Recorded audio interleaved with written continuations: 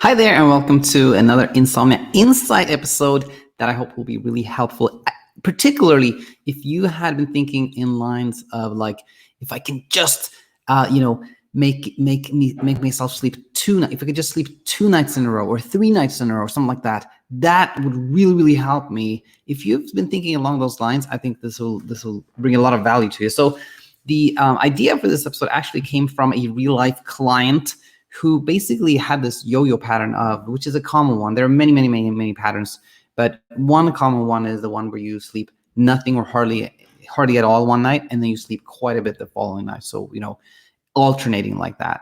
So this client, let's call him Adam, was in this pattern, and he literally said, if I could only string 2 nights of sleeping well together, right? If I could just break this pattern by stringing 2 nights of sleep together instead of having like just 1 night of sleeping well, right?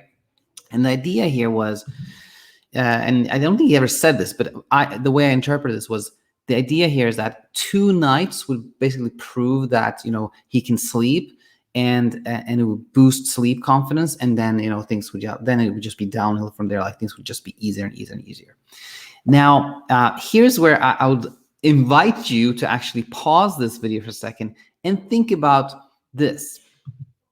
What would actually happen if someone strung 2 nights of sleeping a certain amount together? If someone kind of like successfully strung 2 nights together of sleeping well or sleeping a certain amount, what would actually happen there? What would be the thoughts, the pattern, the consequence of that? So pause the video if you want for a second and try to ponder that one.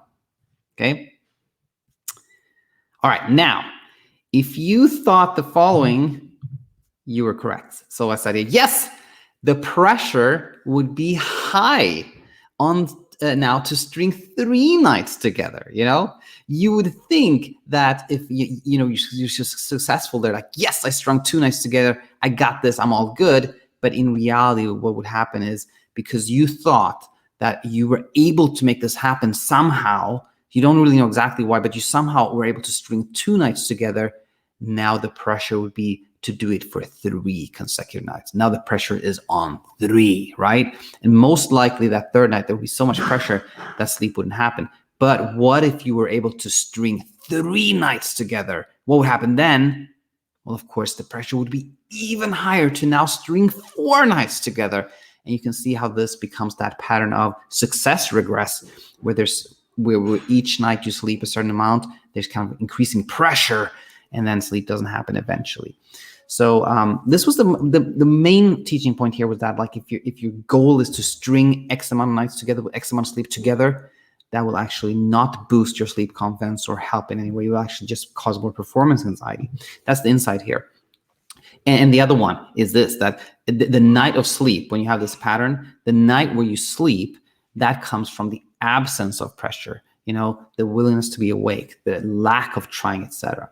And when you see this, then the new idea becomes, when I abandon trying to string nights together, there will be less pressure, and oh my gosh, here it is. Consecutive nights of sleeping well. All right. So the paradox here, the counterintuitive thing, is that when you're no longer trying to string 2 or 3 nights together, then that actually happens all by itself. So I hope this was helpful. Just a little idea here that came again from a client. And if you have any comments, if you recognize yourself, then please leave a comment in the comment section. And if you overall like the teaching here and you'd like to learn more about the school or how to work with it myself, then head over to thesleepcoachschool.com. That said, I hope to have you back here soon, and I'll end here. Bye for now.